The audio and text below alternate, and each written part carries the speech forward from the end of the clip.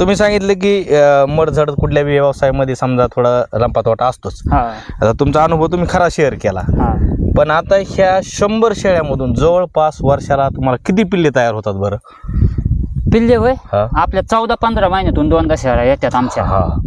15 महिन्यात 2दा धरायच्याच. 2दा काही शेळी काही 1 देतात, काही 2 देतात, काही 3 देतात. त्यातून आपल्याला मग तरी 9-10 लाख रुपये उत्पन्न निघतच म्हणायचं. 9-10 लाख रुपये उत्पन्न 100 शेळ्यात? 100 शेळ्यात निघतात. बरं, पिल्ले किती होते पण एक अंदाजे तुम्हाला ध्यानात असेल ना की एवढे पिल्ले होते 15 या महिन्यामध्ये? 15 महिन्यामध्ये तसे पिल्ले हिशोब केला तर आपण तसा हिशोब केला तर लय होते. पण सारखं चालू असते ते असं आपल्या असे एकखटी येत नाहीत ना. त्या अशा आज 5-6 उद्या 5-6 अशा म्हणजे मागं पुढे शेळ्या असे म्हणजे एकखटी येत नाहीत.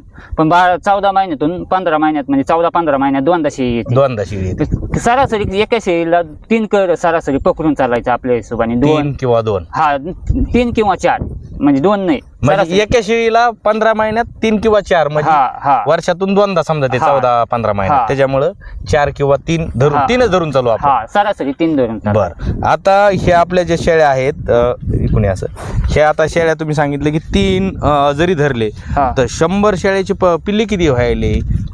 10 शेळ्याचेच बघा ना किती व्हायले. 3, 10, 30 म्हणजे 300 पिल्ले व्हायले. 300. तर त्यामध्ये तुम्ही म्हणजे जे पिल्ले आहेत होणारे त्यामधल्या पाठी तुम्ही ठेवता, बोकडं विकता का सगळं विकता, कसं करता? आपण जशा शहर आपल्या जशा पाठी त्या चांगल्या पाठी वाटत्या आपल्याला जे योग्य पाठी वाटत्या शेळी तयार होईल चांगली त्या थुतोत आणि वयस्कर शहर आपण काढतो परत आणि बोकडं विकून टाकतो. आणि जे आपल्याला पाठी काही आपण पाठी विकतो जशी गरज लागेल तसं आपण विकत चालतो. आता तुम्ही सांगितलं की तुम्ही बोकडं विकता, पाठी ठेवता किंवा जे अशा थोड्या वाटलं वयस्कर ते विकतात. बरं, तुम्ही सांगितलं हे 100 शेळ्यापासून 14-15 महिन्यात वर्षात उत्पन्न किती होतं म्हणले? 9-10 लाख रुपये. 9-10 लाख. बरं, लोकांना खोटं वाटत 9-10 लाख म्हणलं? नाही, मग लोकांना काय लोकांना काही खोटंच वाटतं. पण आपल्याला जे आहे ते आपण सांगतो म्हणजे होतंय म्हणूनच हे करतात तुम्ही. बर, आता ह्या शेळ्यामध्ये एक असा अनुभव आहे का तुम्हाला की एखादी शेळी समजा अशी गाभण राहत नाही किंवा काही असे प्रॉब्लेम आहेत का? आहेत ना, तसे बी असतात ना. नाहीच ते असं नाही, तसे राहतात. ते आपल्याला नाहीच घाबन राहत असली नाही राहिली आपण बरीच 2 वर्ष वाट पाहतो नाहीच राहायचे अंदाज दिसली तर आपण इकून टाकतो नंतर डॉक्टरकडून काही इलाज करतो आपल्या जसे. बरं, आता हे जे शेळ्या तुम्ही सगळं सांभाळतात तर आता अशा पडक भागात दिवसभर असा फिरून कंटाळा वगैरे येत नाही का आपल्याला? आता कंटाळा येतो मस्त, पण आता काहीतरी पोटा करता म्हणजे आपल्या पुढे लेकरा बा करता काहीतरी करावं कंटाळा येत नाही असं थोडंच आहे. बरं, आता ह्याचं मार्केटिंग कसं करता? समजा ते पिल्ली विकायचे बाहेर बाजारला घेऊन जाता का घरी विकता? तसं आपण घरी व्यापारी आले घरी बोलतो व्यापारी आपले समजे संघच लॉट विकायला येत नाही. जशा शहर येतात तसे आपल्याला म्हणजे महिन्याला 2 महिन्याला लॉट विकायला येतो. आपल्याला 30, 20, 30, 40 काय राहतात लॉट विकायला.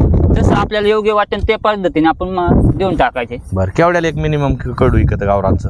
गावरांचं कमीत कमी 6,000च्या पुढंच. 6,000च्या पुढंच? 6,000 रुपयाच्या. किती महिने सांभाळावं लागतं ते पिल्लू? आपल्या जसे शेळीला दूध असन जसं कवडं असन जशी म्हणजे शेळीचं एका शेळीला एकच कवडं असलं तर ते 3 महिन्यात विकायला येतं. आणि जर 2 कवडं असले तर 4 महिने लागतात आणि 3 कवडं असले तर 5 महिने लागतात. पण जास्तीत जास्त असं तुम्ही किती महिने सांभाळता? समजा जास्त 5 महिने, 5 ते 6 महिने. बरं, 5 महिन्याचं बोकड 6,000च्या पुढे जातं? 6,000च्या पुढे जातं. बरं, आता हे जे तुम्ही वन टाइम आजपर्यंत एवढ्या तुमचा 10-20 वर्षाचा अनुभव आहे, वन टाइम तुम्ही किती कळड विकली होते बरं असे एकदाच? असं आहे काय? आपण एकदा विकले ना 40-50 कळड. एवढा लॉट वन टाइम तुम्ही विकतात? मग एका व्यापाऱ्याला देता का असं फोडून विकता? आपण व्यापारी घरी आला का त्याला कोणचे त्याला आपले बरेच कैर असतात, काही लहानले असतात काही मोठाले असतात. किंवा त्याला दाखायचे तुला कोण किती तुझ्या हिशोबाने काढ, तुला नंतर आपल्या हिशोबाने काढायचे. तुला कोणते तू म्हणला मला एवढे 40 कैराचं बोला, 40 कैराचं बोला, एकदाच बोलायचं हिशोबाने. मग त्या पाठी बोकड्या समजे संगत मग ते आपल्याला जेवढ्याला आपल्याला योग्य वाटेल त्याला योग्य वाटेल त्या हिशोबाने यावर फोटो आपला. बर, आता मग तुम्ही ह्यामधले शेळ्या विकतात का काही का नुसते तेवढंच? नाही, शेळ्या विकतात ना. वयस्कार झालेल्या शेळ्या आहेत का जे आपल्याला योग्य वाटत नाही, दुधाला कमी आहे वयस्कार झाली ते शेळ्या देतो आपण. बरं, आता ह्या शेळ्यांना लसीकरण आपण केलेलं आहे का 100 शेळ्यांना? आपण हा आता लंपी आणि एक औंदा दुसरं एक हाणलेलं आहे. हा हा, म्हणजे डॉक्टर येऊन आपलं लसीकरण वगैरे तुम्ही लसीकरण पण करता म्हणायचं, लक्ष आहे म्हणायचं. बरं, आता कसं असतंय शेळी पालन करायचं म्हणलं, गावरान शेळी पालन हे गावखेड्यातलं शेळी पालन आहे. तुम्ही सांगितलं की गावरान शेळ्यांना कसे समोर आहे, तसे गावरान शेळ्यांना आजार तर कमीच आहेत, पण तरी पण आता एखादा बाय चान्स तुम्ही सांगितलं एकदा आजार आलता, शेळ्या नुसत्या मरायच्या हे व्हायच्या, पण ह्या शेळ्यांना असं काही दररोज असं एखाद्या शेळ्या एवढ्या मोठ्या शेळ्या म्हणल्या एखादी शेळी अशी संध्याकाळी तुम्हाला घरी गेल्याच्या नंतर कुचमाल्यावनी आजार असं काही दिसतात का लक्षणं? हा, लक्षणं दिसतात ना. काय बरं? समजा एखादी चरत नाही दिवसभर रानात गेलो, मग डॉक्टर बोलायचा, त्याला इंजेक्शन वगैरे मारून घ्यायचे, काही देंदा त्यांना, मग डॉक्टरच्या सल्ल्याने आपण गोळ्या औषधं देते ते. तोपर्यंत घरगुती काही इलाज वगैरे करता का? असे काय आहेत का तुमच्याकडे आयडिया की शेळीला असं झालं तर असं केलं तर शेतकऱ्यांना जास्त त्रास होणार नाही? आपण सध्या औषधं वगैरे डॉक्टरने दिलेले असतात ना, तेच औषधं वगैरे पाहिजे. म्हणजे घरगुती काही करत नाही समजा? घरगुती काही नाही तसं. बरं, एखादी शेळी फुगली बिगली काही प्रॉब्लेम आला तर तसं पहिलं कसं लोक तेल पाजायचे, कुठं काहीतरी अशा आयडिया आहेत का तुमच्याकडे की ज्या शेतकऱ्यांना माहिती होत्या? नाही, तेल वगैरे पाहिजे. एखादी कळू वगैरे देंदायला लागलं तर शेळीच्या दुधात हळद टाकून पाजायचं, हे महत्वाचं. हा, तसं हळद वगैरे टाकून दुधात पाजितो काही.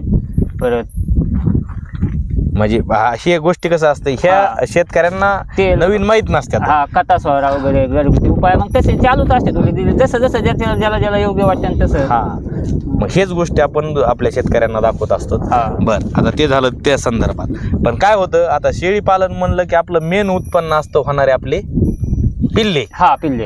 मग ते पिल्ले चांगले होण्यासाठी, चांगल्या तब्येती होण्यासाठी, पिल्ले मरू नाहीत त्यासाठी काय उपाययोजना आहे बरं? जन्मल्यापासून काय करायला पाहिजे, कशी काळजी घेतली पाहिजे पिल्लाची? आपण सध्या पिल्ल्याला नाही का जन्मलं का पिल्ल्याला खाली आपसी मोकळ्या जागेत खाली जागा चांगली वगैरे, आमच्या पिल्ल्याला डायरेक्ट आम्ही खाली मांडीतच नाही झाले, आपलं डायरेक्ट आपलं वर कोंबड्याला कसं खुरोलं बांधलेलं असतं, कोंबड्याला कसं खुरोलं असतं, शेर असतं डबल मजली, तसं आम्ही काय राखा पेशल आमच्या शहराला एवढं म्हणजे शहरा खाली राहतात, पण कर आम्ही लहानपणी मायनाक सवस तर आपलं जाईट कोण येतो डबल मजली.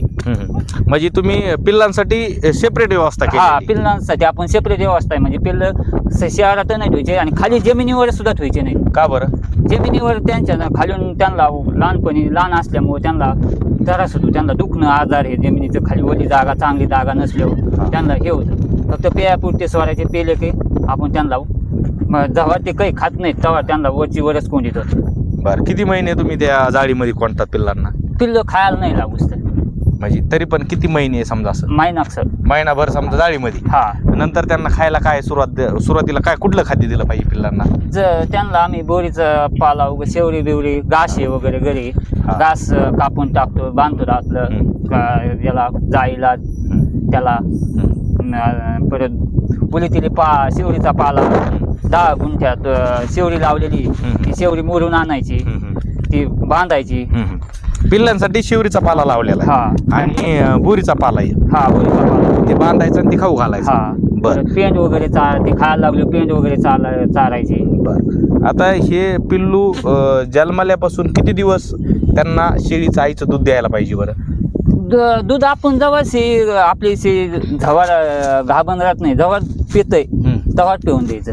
जवार पितय तवार पिऊन द्यायचं. जवार पितय तवार पिऊन द्यायचं. बरं, आता हे जे पिल्ले आहेत, हे पिल्ले तुम्ही सगळं सांभाळ करता, विकता, शेळी पालन आता तुम्ही सांगितलं तुम्हाला वर्षाला एवढं उत्पन्न होतं, सगळ्या गोष्टी.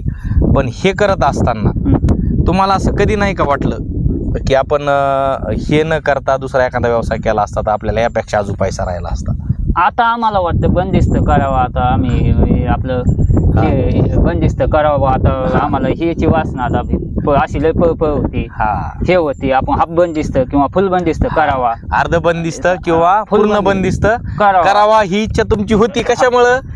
फक्त पळपळ होती म्हणून. फक्त पळपळ होती म्हणून. बाकीच्या गोष्टी सगळ्या चांगल्या चालल्या. बाकीच्या गोष्टी समजा चांगल्या चालल्यात, फक्त ही पळपळ होती बा.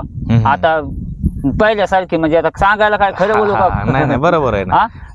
म्हणजे आता वावराचे कोणी करीला आलं तरी तोंड टाकून बोलते, हे करते. हे महत्वाचं आहे की लोक पहिल्यासारखं सांभाळून घेत नाहीत आता. मग तेच मला म्हणायचं होतं की 100 शेळ्या सांभाळणं सोपं नाही, आणि ते बी पूर्णपणे अशा चाऱ्यावर, म्हणजे दुसऱ्याच्या जमिनीवर आधारित, किंवा आता पडक जमीन आहे, तुमचा डोंगर भाग आहे म्हणून तुमचा ऍडजस्ट होतं. पण काही लोकांना जमिनीच नसतात, काही लोकांना पडक भागच नाही, मग त्यांच्यासाठी त्यांना वाटतं 100 शेळ्या ते माणूस सांभाळतो, आपण घेऊ शकतो, मग घेते. पण पुढे प्रश्न असतो चाऱ्याचा. चारा करावा, पाणी नाही.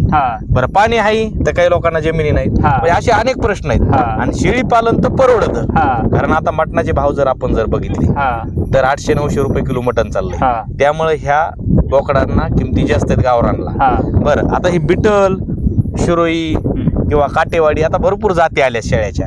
आता ह्या शेळ्यापेक्षा त्या शेळ्याच्या किमती तर जास्त आहेत, त्या बकऱ्याच्या किमती जास्त आहेत. मग तुम्हाला नाही का कधी वाटलं की आता आपण गावरान मोडावं आणि ते शेळी पालन करावं असं वाटतं? पण विचारलं का कोणाला, ते म्हणते आपलं तुमचं हे गावरान हेच चांगलंय, त्याच म्हणजे आपल्या भागात एवढं हे होत नाही, सेट होत नाही. त्याच्यामुळे मग आपण करायच्या म्हणतो, आपला विचार आहे त्या आणायच्या, मुली तिला आपण म्हणजे 10-5 आणायच्या, बघायच्या. पण मग हे चाललंय ते बी डोक्यात नियोजनाने, एक बंदिस्त, हाफ बंदिस्त किंवा फुल बंदिस्त करायचं नियोजन चाललेलं आहे सध्या. स्टॉप करा मध्ये.